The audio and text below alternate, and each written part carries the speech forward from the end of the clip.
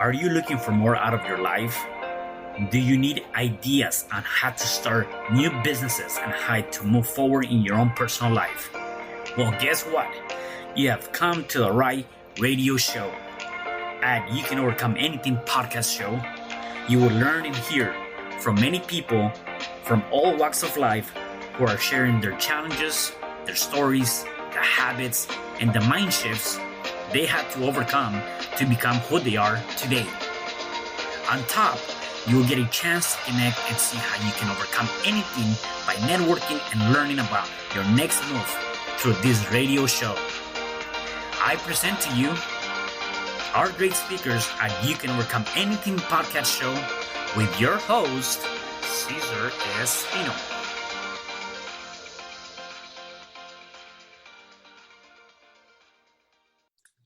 Hello there and welcome back. It is your host, Cesar Espino at You Can Overcome Anything podcast show.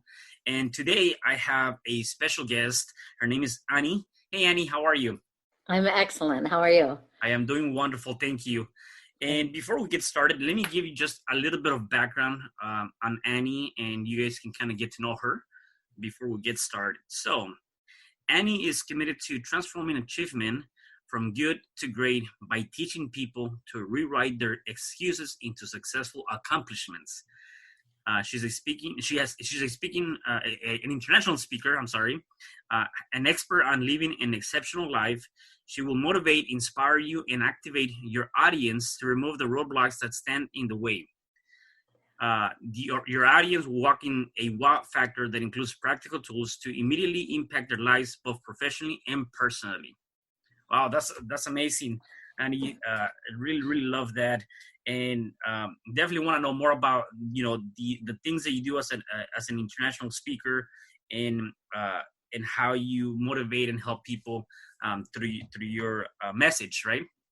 I wanted to get more about you and find out more about your background, right? Before any of this happened, growing up and just going through that journey. So if you can share some of that with us. Absolutely. And that is why I always say my message is really personal and professional. So my growing up, I was the middle of 7 kids raised by a single mom. We were born in 8 short years with no sets of twins. And my mother struggles with mental illness, undiagnosed and untreated. So we grew up in extreme poverty and really without a mom or a dad that could provide for us. In addition to that, I had a learning disability. And so I didn't really know how to read. Still to this day, people check my spelling. So a lot of adversity, poverty, education, neglect, unsupported abuse, lots of things. By the time I was 18, I had moved 83 times. And people always say, is that military? I say, oh no, that's mental illness. But as a young woman at 19, I became pregnant. And when that happened, I don't recommend unplanned pregnancies, but for me personally, It was a life-changing moment where I decided that I wasn't living for me anymore and that I had to learn to take care of myself, even if I had to teach myself. And I had to learn that, like you said, you have to have tools and you have to have what are you willing to, my mindset and the tools. But I also believe that third huge ingredient is we have to be willing to work hard to get what we want out of this life, right? Mm-hmm. And so I started working in the corporate world. I climbed the corporate ladder. In 9 years, I got 5 promotions. And by then I was pregnant with my 3rd child, married, and my husband and I decided, let's stay home. So I stayed home and volunteered at church and school and sports. But then I bought my first gym. So 9 years in the financial world climbing, and then 12 years owning 2 gyms and learning to teach people about taking care of themselves, changing their mindset, changing their habits. Weight loss was often a side effect, but it couldn't be the main reason. So as an entrepreneur, I started doing that, and people started saying, hey, will you speak at our faith community? Hey, will you speak at our corporate office about health and wellness? And 7 years ago, I was like, I'm doing this full time. And 5 years ago, it really became a business.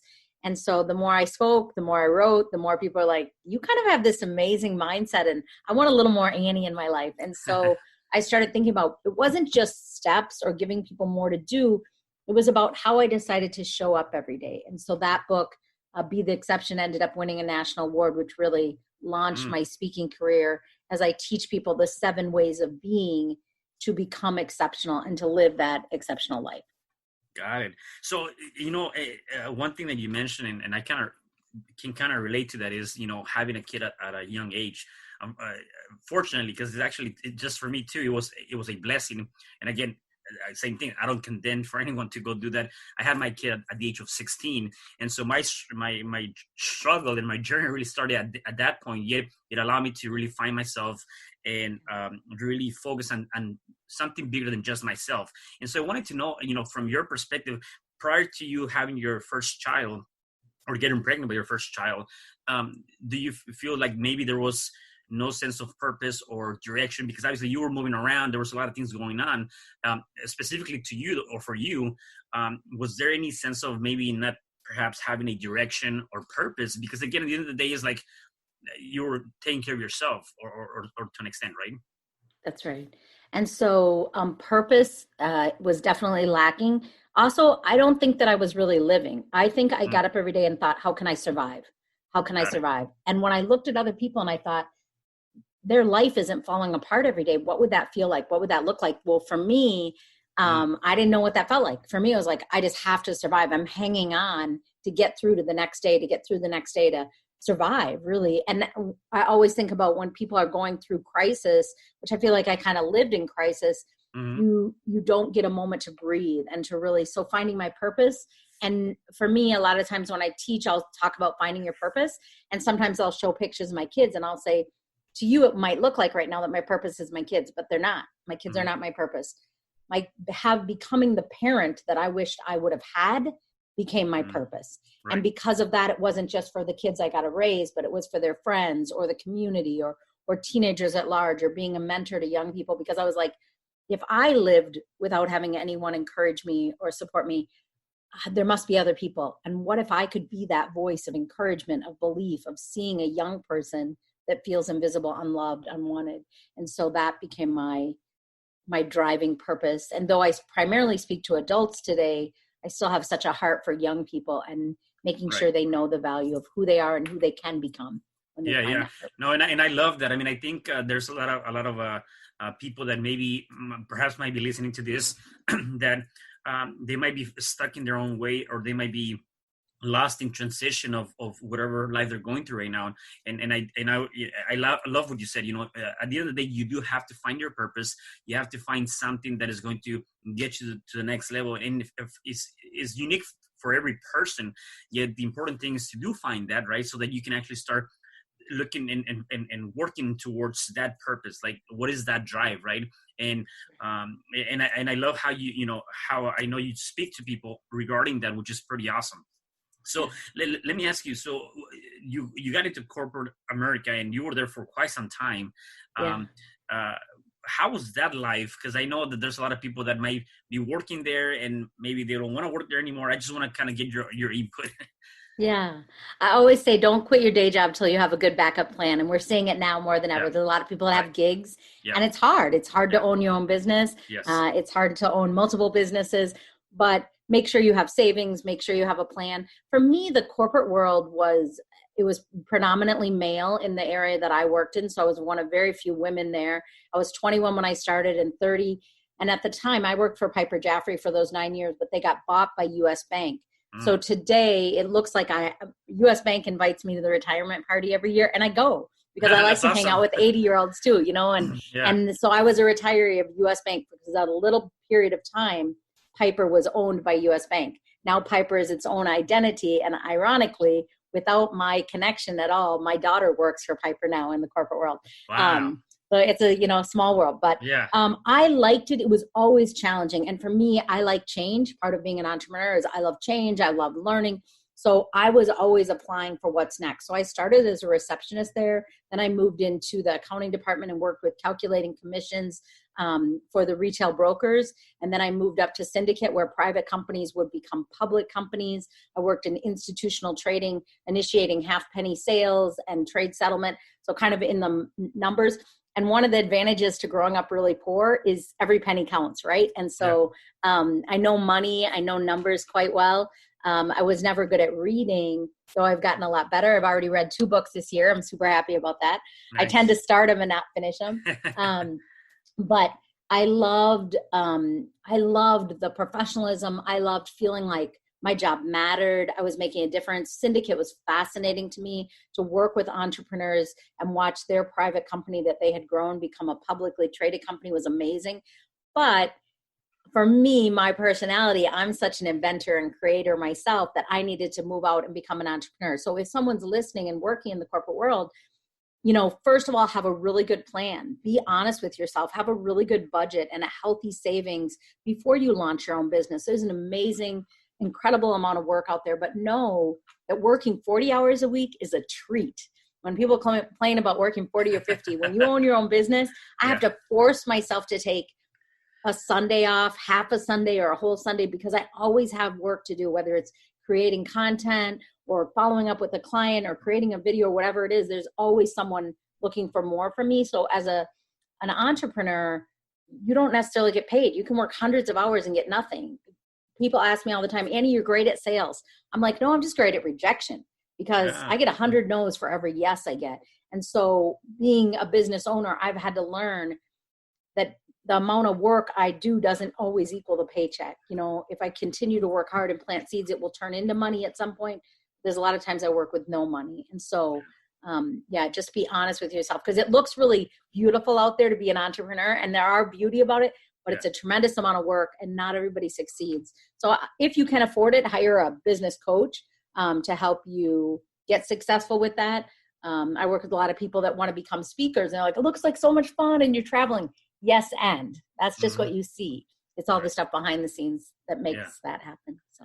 Oh yeah, you know what? You have really good points there, and I can definitely relate to a lot of those things. And so definitely, I like the idea of getting a coach, a mentor, someone that can help you with your journey, whatever you're trying to do, and really having a game plan. For me, I know when I left my job at the corporate, it took me about 7 months actually to actually do it. Like the day that I said I'm gonna do it, I was about to do it, and then I didn't walk into my boss and gave him my 2-week notice.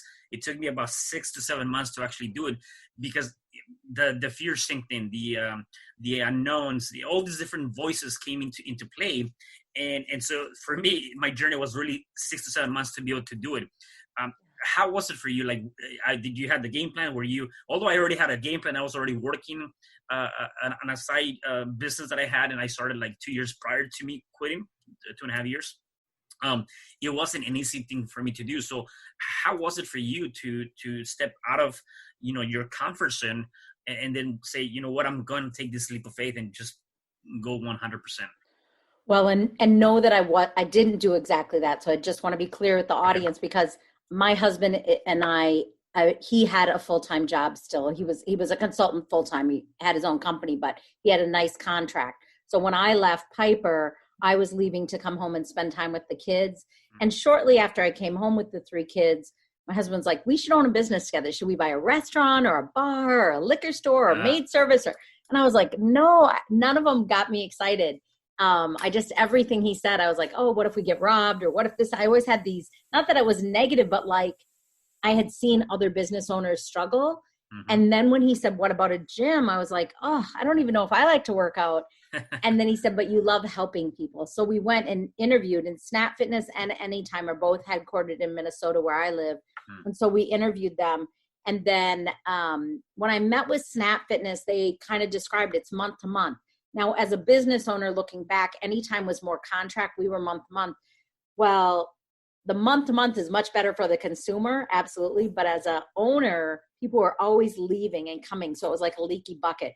And so it wasn't as much of a full risk for me as some people. I'm glad you're saying fear, but maybe Cesar, it was knowledge and wisdom that stalled you for 6 months, because that's what I think people get emotional and go, I want to do this. I'm going to do it tomorrow. And I always caution people, like, let's make a plan. Let's talk. Let's think about this. What are you planning on doing? How much is it going to cost? Like owning a Snap, people thought was $15,000. No, the name is $15,000. To start one up is about $250,000. Wow. It's a huge gap. And sometimes people don't have all the pieces. So I always like to educate people, like, you can love pizza, but that doesn't mean you're going to be great at owning a pizzeria, right? There's employees, there's money, there's advertising. And so just getting people to slow down their excitement and their passion to focus on, okay, what does this look like? What do I need in place? How is it going to play out? How does it work? And how will I get paid? And if I don't get paid, do I have enough savings? So I would say maybe you were wise rather than fearful in that caution that you took. Maybe you had your sixth sense telling you, don't jump until you have a strong plan and a little bit of money. Right. Yeah.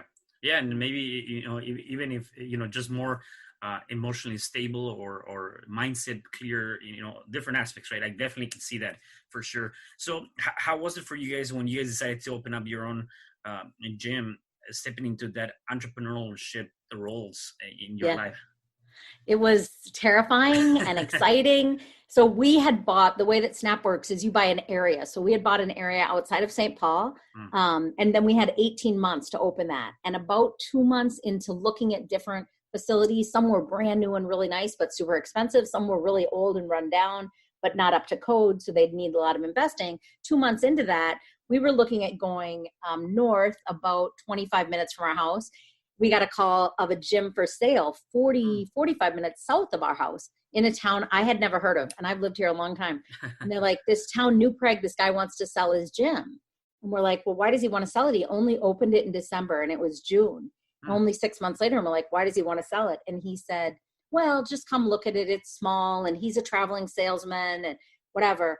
And part of the Snap brand was you can buy it and run it absentee owner. And for me, I know that nothing, maybe it could be okay. You know how I say good to great? I mean, I want to be good to great to exceptional, right? Like, I don't know how to do anything halfway. When I speak, my friends tease me, Annie, 90%'s an A. And I'm like, not to me, 150% every time. I want to give so much more than is expected of me. I want people to say, holy cow, I got more information, more encouragement than I was anticipating. So we went and visited and the guy said, I don't like Snap. It's not going well. And so I said, okay, well, I like a challenge. I'm up for a challenge. And I knew it would really be my business. My husband and I would own it together, but I would be running it. I would be the face, the sales, the marketing, whatever. And so we decided to buy it. And the guy looked at me and we signed the papers with the lawyer. And as we were coming out of the elevator, he looked at me, he said, I've been bleeding for months. Now I'm hemorrhaging. Good luck to you. And walked out and I was like, oh, what did I just get myself into? But what I will tell you is 4 months later, we were number 4 in the nation. And they called me, they said, what are you doing, Annie? I said, I've literally knocked on every door in the town. We started a book club. I hired an amazing trainer.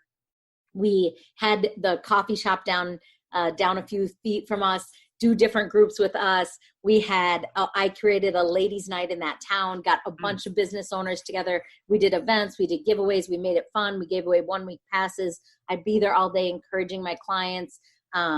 Working out with people if they needed someone to, not as a trainer, but just as an encourager.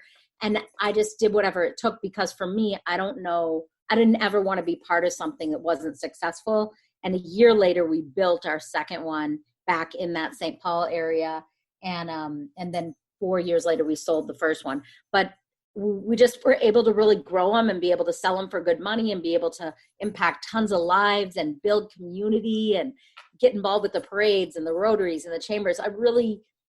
You have to give so much of yourself because nobody, no matter how great of employees you hire, which we had some amazing employees, cares about the business as much as you.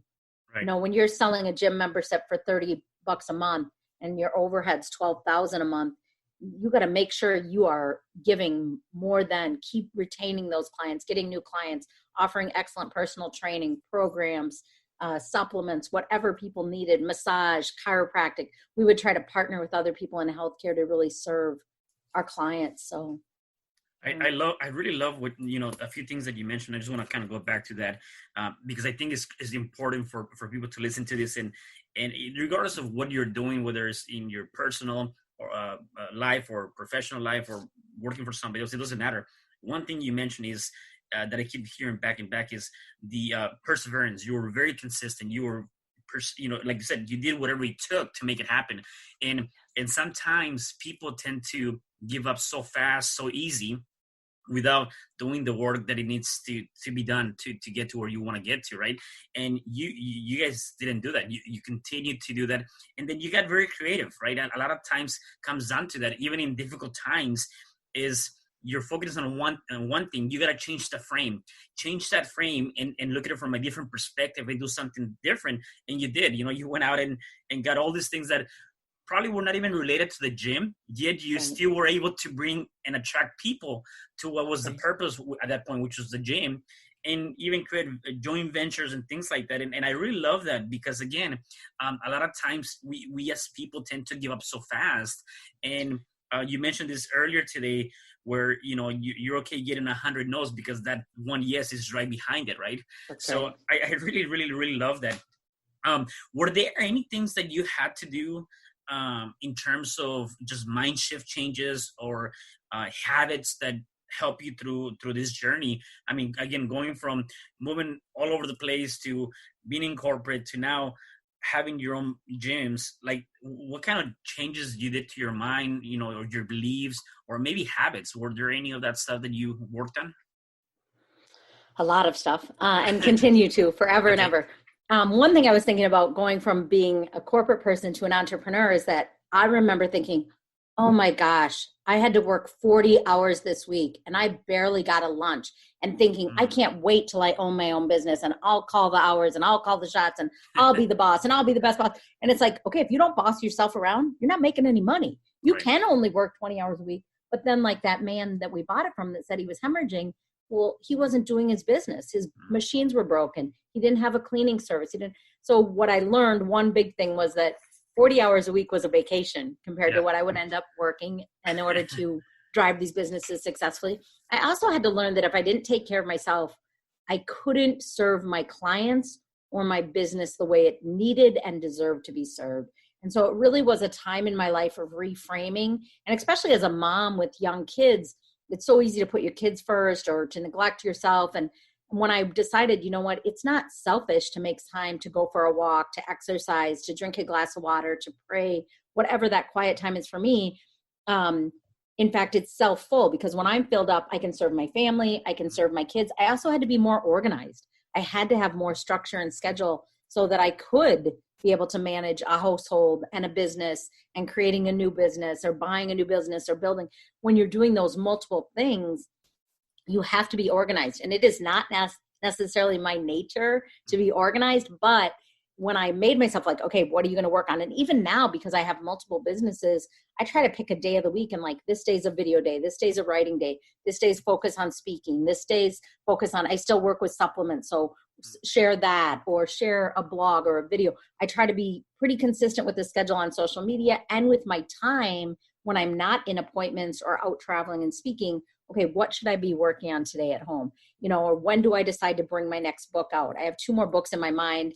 I'm not going to do one this year. I'm going to take this year off because I did release my 5th one last year. But, just thinking, being planned, being organized. To be a business owner, you're everything. You're not, even if you have a team of people, your sales, your marketing, your customer service, your cleanliness, if something doesn't work, it always falls on you. And another thing about a small business is people love meeting the business owner. They really do. So many of our clients loved it that we were right there hands on. If you have a complaint or a compliment, come. One of our gyms, people would drive over an hour to come to because they were like, you guys are the cleanest, friendliest gym. You created a community here. People didn't like working out, but they loved coming to this community. And not just us, but the whole, I don't want to take credit for my clients were amazing. My trainers were amazing, but that whole community that we were able to create for our clients.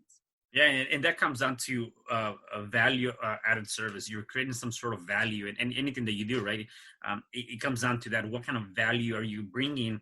Because that's what's going to attract more of those customers, and people do love that, right? They do love to know that you're friendly, you're approachable, and they build that relationship with you, which is amazing. Now, in terms of you talked about multiple businesses. How critical is that to have more than just, as an entrepreneur, more than just one business? I think it's a good question. It's a really good question right now, right? Yeah. And it's hard because if you're not an organized person, it's hard to be successful in multiple things, and one has to be primary. So for me, always speaking is number one. Speaking is my main thing. But without I have books, I do coaching and consulting. I have online courses. I sell Advocare supplements. So I have multiple things, but kind of got introduced at different times and grew. And one thing I like to teach people is, you said something before I wanted to respond to, but I can't remember, but is giving that giving your all to whatever it is. Oh, I know what I wanted to say, because you were saying what's different and what I created for my client. One thing that many of my audiences say to me over and over is, Annie, you really care about the audience, don't you? You really care about your client. Like, some people just do this. They're like up there, like talking monkeys. They get it out, they do it, they keep going. Who's next? And I genuinely care, whether it was in the gym or on the stage or when I write. I really care about how people are receiving what I'm teaching, that I'm hopeful that they will get something out of my books. Like, somebody just posted on Facebook a quote from my book, and she's like, I'm still reading your book over and over. And it's like, that's what I want, is I want it to be for them and about them, you know? But I think you have to be organized. I think it's good to have multiple streams of income, because the world is changing, as we know today more than ever. But if you put all your eggs in one basket, and that basket, the bottom falls out, what do you have? It's nice for me that people are still buying Kindle books and audio books and my paperback books and my workbooks and my online course right now, because people are afraid to gather. So a number of all of my March and April presentations have been postponed and rescheduled to later in the year. So I don't have that income coming in. So I'm grateful to still have books and courses and supplements and whatever. So I think it's important. No, yeah, and that's I like the fact that, you know, have a primary business. And I remember for me, when I left my corporate, I had already started in real estate investing, so that was my primary business. And as a matter of fact, when I left, I thought that that's the only thing I was gonna do, right? And sure enough, little by little, other interests came about, and I started, growing, and then writing books, and also doing business and consulting, mentoring students, and now I got a bunch of different things going on for myself, and I'm glad, because although it keeps me pretty busy, as you mentioned, people tell me, when do you go on vacation? I'm like, never. When are you working? Never. I mean, it's like the same thing. Like, I'm always on vacation or I'm always working, right? Because it feels like, to me, both of them are the same now, because I have to enjoy what I'm doing pretty much 24/7, or else I wouldn't be doing this, right? So anyways, except I'm working a lot of hours or things like that, because of the different things that I have going on. And then even now with the difficult times, I'm glad I do have that. Yet when I left corporate, I never had the idea or even the thought that I was going to have multiple streams of income. I do put my real estate as my primary business, because again, I think there has to be that focal point, and then it kind of trickles down. One thing that I learned from me, and maybe the people that are listening will be good for them, is that I try to connect everything that I have going on, right? So whether it's my book or real estate or business consulting, is all kind of intertwined and working together, so that I don't lose focus too much, right? I don't know what your thought on that is, except I think that the more you have multiple streams of income, as long as they're connected, I think it's probably more manageable and easier, right? Absolutely. So for me, my big umbrella is teaching people how to be the exception, therefore being able to live an exceptional life. So I do that through speaking, through writing, through courses, through taking care of myself, which includes supplements for me. So it's all under that umbrella. Like, a lot of people live stuck or mediocre, or just like they're not very happy and they're not very satisfied personally, professionally, financially, relationships. Like, people are, when we talk about health, a lot of people think about physical, but I'm like, there's 6 areas of health, right? We have our emotional, mental, physical, spiritual, relationship, and financial health.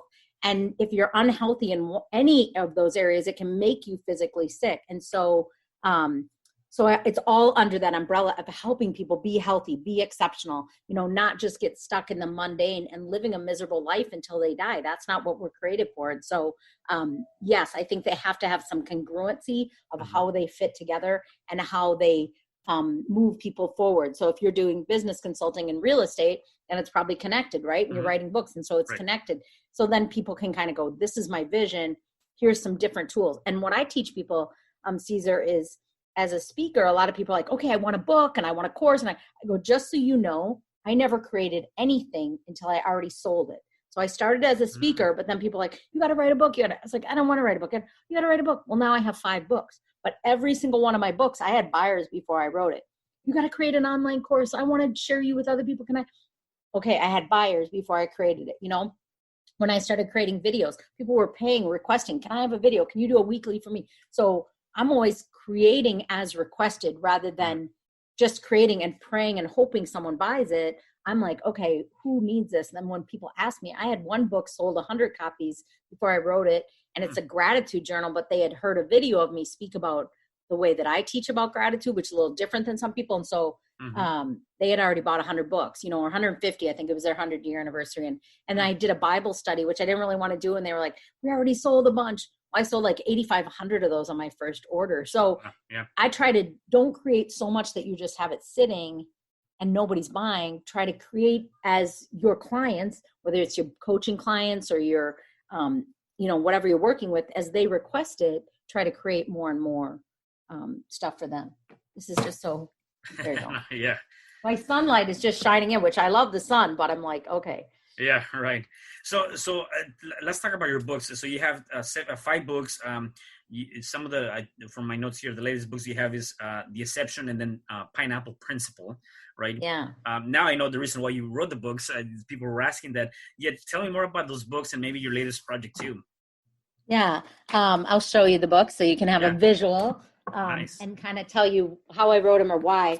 But this was my first book I wrote. And I wrote this because past detours and possibilities, because as you and I talked about, we're on a path in life, but then sometimes we have detours. And but I think that the detours sometimes derail people. And so for me, it was like teaching people there's still possibilities. There's always possibility. But this book is fairly blank. So if you look at it, there's questions and quotes on every page, and there's 4 short stories. But I wrote it because everyone kept saying, Annie, you have an amazing story. Oh my gosh, you've moved so much. You've done so much. And I'm like, so do you. We all have a story, and we all have lessons in that story. So I wrote this so people would write their own story. It was kind of my motive behind it. And then people started writing to me afterwards, like, Annie, I used your book and I had a better date night. My husband, my wife and I, we interviewed each other. My husband and I interviewed each other. Or I used it because my teenager doesn't talk. So I put it on their bed and said, I'll answer page 4. Will you answer 5? And somebody passed it back and forth for a year and they answered questions. But the best way this book was used that I know of was, again, I used it so people would write their own story, but a woman whose sister was dying in hospice and she interviewed her. And then after I wrote that book, that's when I hired a coach. So this one I self-published and just wrote on my own. And I had been writing a book. Someone heard me speak and they said, Annie, well, a lot of people like write a book, write your story, write your story. So for 20 years, I wrote a book called Dumpster to Dynasty. And it was about growing up in a physical, financial, and emotional dumpster and today living a dynasty life.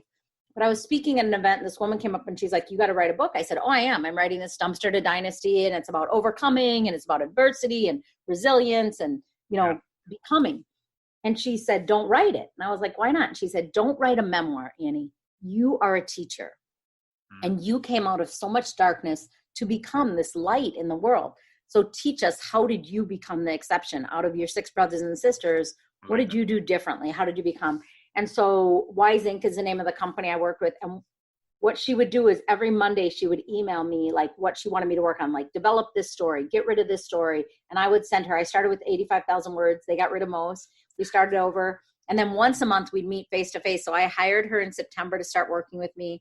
And March 1st of 2016, I had this book, Be the Exception. And it's the one that won the national award in the category of self-help. I did do the audio recording of it. So it's audio, Kindle, and paperback. Did you do it yourself or you actually had somebody else do it? I did it myself. So, right. Yeah. And it's pretty emotional at the beginning. So you can hear my emotion. But people say, no, it just makes it more authentic. They call me Authentically Annie. But at the end of every chapter, I do an exercise. So like questions and answers. So it's 7 ways. It says 7 steps, but really it's like ways of being, like, be honest, be gentle, be flexible, be courageous. And so this book really launched my career. So in January of 2016, I posted about this on LinkedIn, and then people start saying, hey, you have content and you have a message. So that one grew. And then, as I told you, churches would say, will you come speak to us? And I was doing more corporate. And so they said, why isn't this Christian? And I said, everybody deserves hope, healing, and forgiveness. And they said, well, what does God say about it? We know you're a Christian. And so I wrote a Bible study. So these are meant to go together or separate, individually, or as a Bible study group or as a book club. And then this is the book that I sold 150 before I wrote it. So it's the Be the Exception Gratitude Journal. And it's just, the first page is just directions. The rest is all blank. But really it's about, if you live a grateful life, it's all about you. I had a place to sleep. I'm healthy. I have food. And that's good. I mean, it's good to think about what you have and to be grateful. But the problem in my mind with that is it's all about me. What's in it for me? What did I get? What do I get out of the day? And so what I really try to teach people is shift. So write down what you're grateful for, but then next write down, what did you give away? Did you give away encouragement, kindness, love, a smile, a listening ear to a repeated story of an elderly or a child? Did you give away support? Did you give away your time? And because I think when we live for other people beyond ourselves, not at the expense of, but beyond, that's when we go from a good life to a great life. Right. And for me, I want people to stay open. And I talk at a casino called Grand Casino. And I thought, well, how can people live a grand life, even better than great? And I thought, well, a grand life is about growing. It's about growing your mindset, how you see things, how you look at people, how you judge or don't judge, how you learn, what TED Talks you listen to, what videos you watch, what books you read, and who do you invite into your friends circle. So in Minnesota, we call it Minnesota Nice, which is nice, and people are nice here, but a lot of them have lived here a long time, and they will not invite in a new person. And for me, I find many people are lonely. And so I'm like, grow your friend circle, invite in the new neighbor, the new coworker. Don't just say hi at work, ask them over for the dinner, something. And so that book gives you directions, and then people use it and they write to me. But this is my newest book, and it's just a little teeny pineapple book. And it came about because somebody called me a pineapple. And I was like, what does that mean? I'm not a pineapple. Yeah. And she said, you're such a pineapple. I was like, what does it mean? She said, don't you know the poem? Do you know the poem, Cesar? Nope, I don't. I did not know the poem either. It goes like this: be a pineapple, stand up straight, wear a crown, and be sweet on the inside. Be a pineapple. Oh, so it's kind of cute. Yeah. But as people get to know me, they know that I am not really a cute speaker. I'm a deep speaker. I believe we all have a story, and that every story has lessons and meaning, and that we are meant to use our stories to become better and to serve others better. And so I asked myself, what does it look like? What is the principle behind the poem? And so I took that poem and I asked myself, what happens in a world if we all become pineapples? What does it look like to stand up straight? And what I find is that we live in a world where we take our cell phones and we look down. We're so busy looking down. I might wave at you, hey, Cesar, but I'm not really seeing you, right? Or I'm looking at you, but I'm looking at someone behind you who seems more exciting. Or I'm looking down because I'm self-conscious. And so I asked myself, what does it mean to look at people, to literally stand up straight and look people in the eye? And through that process, I met a woman in the bathroom, and ultimately she ended up running out to my car crying and saying, I'm 36 years old. You're the first woman to ever look at me and not judge me. Wow. When we wear a crown, I tell myself when I wear a crown, I remember I value myself, but I also see your crown and that I value you. And if I ask myself every morning, Cesar, Annie, what do you want to get up and do today? You know what I want to do, Cesar? I want to lay in bed and eat 3 chocolate-filled donuts. It's what I want to do. But when I remember that I wear a crown and that I'm valuable, that's not what I'm going to do. I'm going to get up. I'm going to drink a glass of water. I'm going to go for a walk. I'm going to take my vitamins. I'm going to do something to serve another person. Because when I'm valuable, I treat myself better than what I feel like. I just treat myself what I'm worth, right? And when I'm sweet on the inside, what comes out of my mouth and through the keyboard and what I spread in the world is positivity, encouragement, kindness, good news. And so I talk about each of the stories and what happened. I met a man when we talked about the crown, and he had talked to me about for the last 5 years he had been dead, and because of my presentation he's chosen to come back to life and value himself and value his kids. And I think that these simple little 3 things can literally change the world. Like, people don't even know when they repeat a negative story or talk about somebody they hate in whatever platform of our world, it doesn't hurt that person. It hurts everybody you spread it to. None of us need more negativity. People are scared, overwhelmed, full of anxiety. And so this book just came out last May. I guess it's almost a year now. So 10 months ago. Yeah. And it's been a great, it's full of the stories of how being a pineapple has impacted people's lives. It's been a great hospitality thing for hotels and restaurants. But it's just been a great reminder of it's not, you don't need 21 steps to change the world. You just need to look up and see people and be kind, you know? I really love that. And some of the things you mentioned and the messages, I know Zig Ziglar said, when you give people enough what they want, you will get all of that you want, right? And that's exactly what you're talking about here, is that, you know, be able to give more is not just about me and in your gratitude. I love that. I never saw it that way, right? And, you know, a lot of times, I mean, I do that myself too, and I you know, write gratitude. Now I'm gonna change it, by the way. I do gratitude where, you know, I don't want you to take it away. I just want you to add to it. Keep being grateful. Right, yeah, exactly. I'm gonna add to it. Where I'm you know, grateful for the day, for the day of opportunity, for my family, for the fact that I can see, I can, you know, do all these different things. Yet I like the fact that now you can add more to it. And it's like, okay, what did you give in return? What were you spreading? And I love that. And even with your book, the pineapple principle, I love that story. I love what you're talking about and how that's really empowering other people. And it comes down to that, is that gratitude of being able to know that you helped somebody else in their journey, or you impacted somebody. And I love that, because it kind of aligns with the things that I'm doing too. And I want to do is really, how can I empower people? How can I motivate people? How can I inspire them to become better and come out of, you know, whatever they're going through, to say you are great, you can overcome anything, and do those things for your life. So that is amazing. I love that. Now, so you're speaking. You've done a lot of speaking engagements.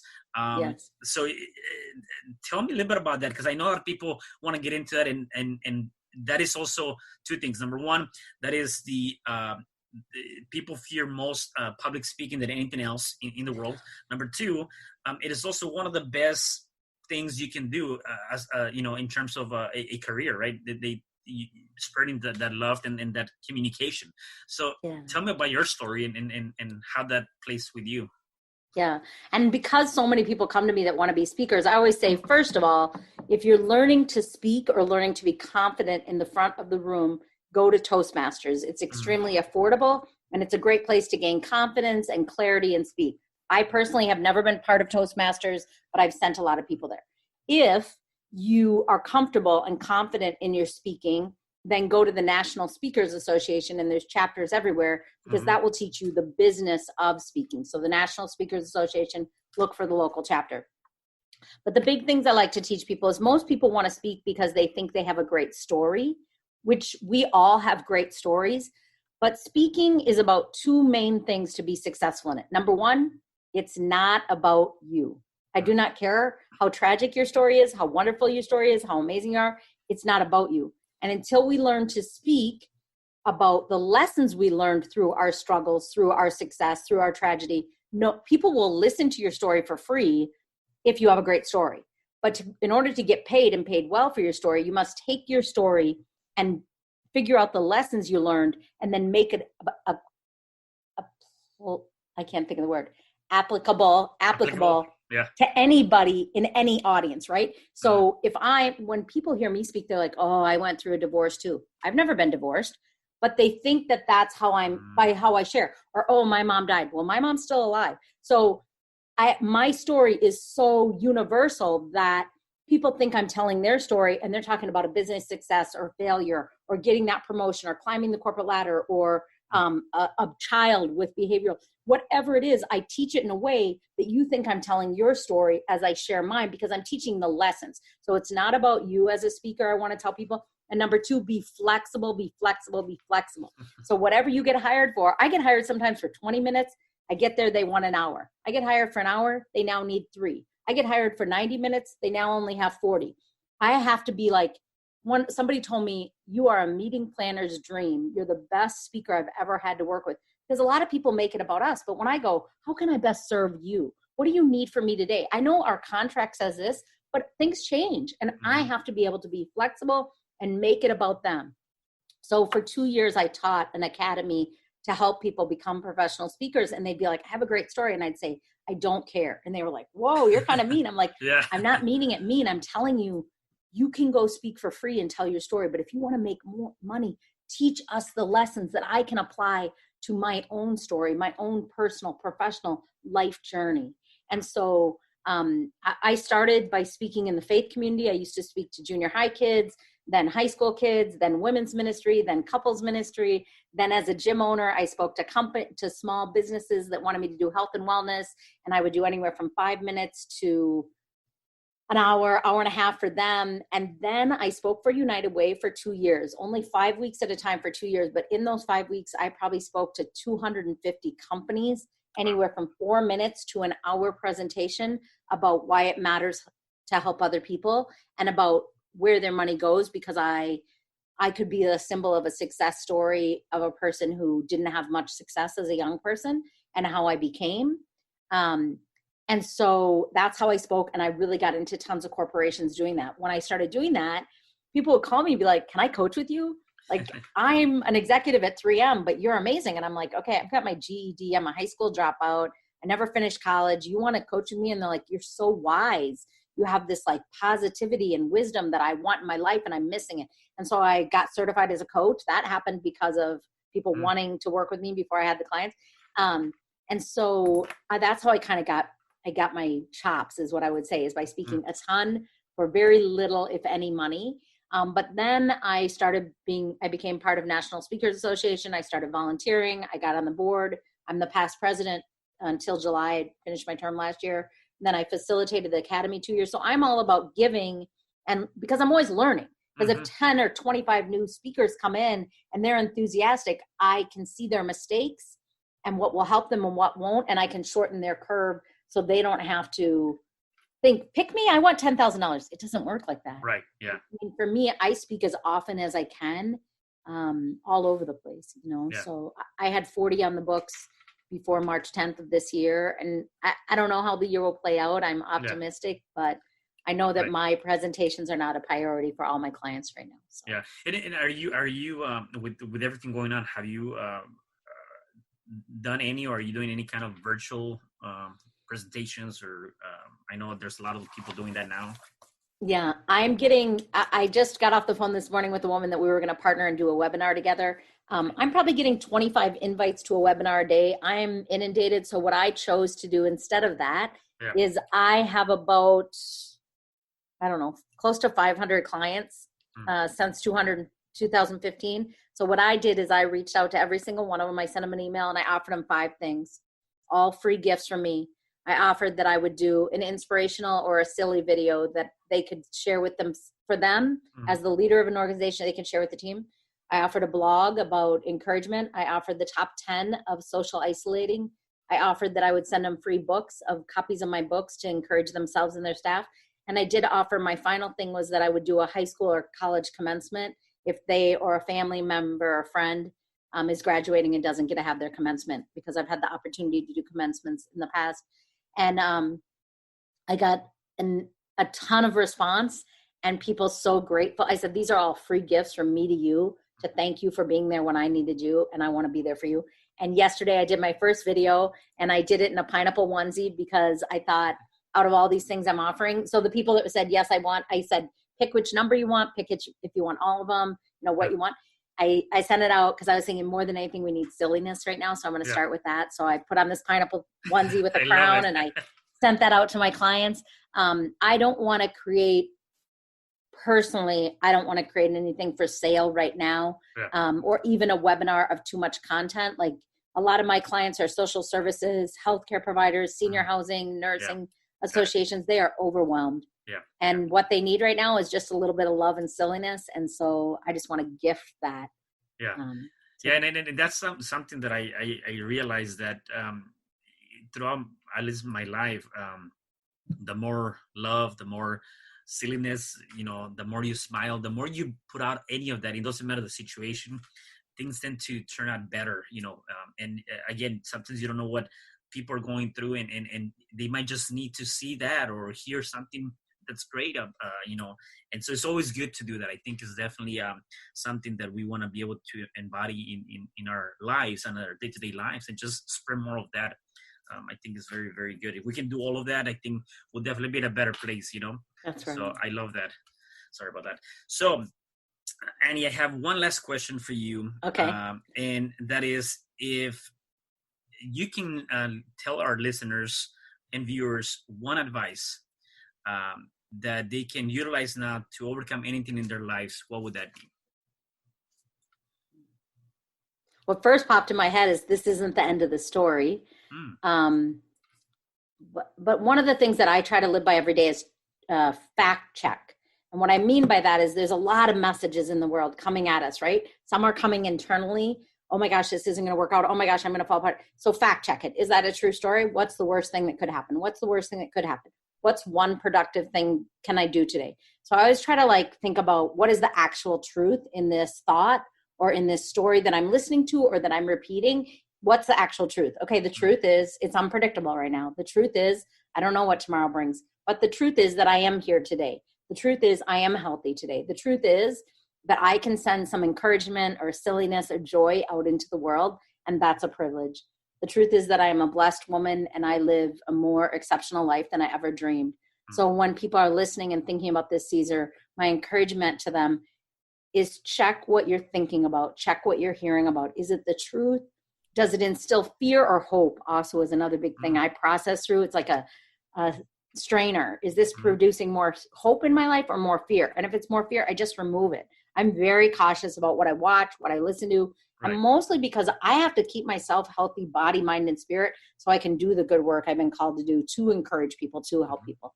So fact check and don't give up and look for the good and give a lot, not expecting in return. Just give. Yeah, no, and I love those points, and it goes back to the same thing. I believe a lot that whatever you know, just like a healthy diet, right? You want to eat good, you want to work out, you want to do all this stuff so you can look good from a healthy perspective. I also believe that in the same token, your mind is a muscle, so you have to make sure that you fit the right ingredients, positive messages, none of this garbage, because we do have a lot of garbage going on, and so you want to be able to take that away and just not focus on that. And I love that because I'm like you. I try to stay away from anything that might be negative, or I don't really watch TV. I haven't watched TV for many years for that same reason, right? It's very important for us to do that and giving back. I mean, that's amazing. If people wanted to, connect with you, find you, maybe, speak to you, what would be a good place they can find you? Yeah. Hopefully, if they just Google Annie Meehan, ANNIEMEEHAN, they should be able to find my website. They should be able to find my, I have a lot of videos, over 200 videos on YouTube, because I just love to give and encourage. I'm pretty active on Facebook and LinkedIn, a little bit on Twitter and Instagram. But I'm just trying to give back, so I know many people have found comfort and encouragement in my videos. So YouTube or my website's Annie Meehan. My YouTube is Annie Meehan. I try to just make it my name and make it very easy. Simple.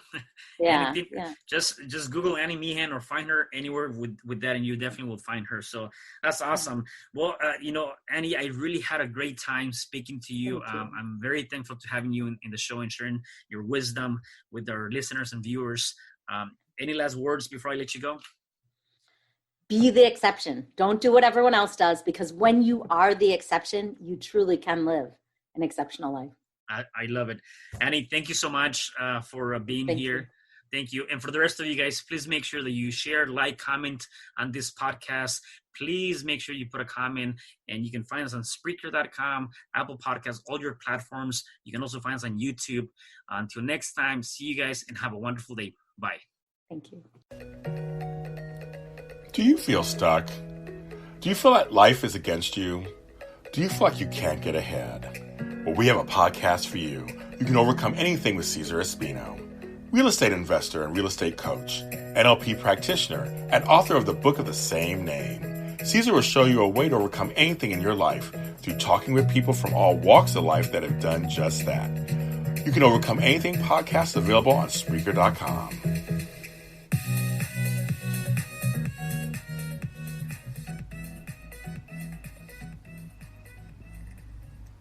Thank you for having me today. I am so glad you tuned in to this podcast. You can find me at Spreaker.com, where you can like and subscribe. And to learn more about myself and my services, you can find me at www.CesarRespino.com, or you can also find me at Facebook under Cesar R. Espino. Once again, thanks for joining me. I am looking forward to having you at the next episode, and know that you truly can overcome anything.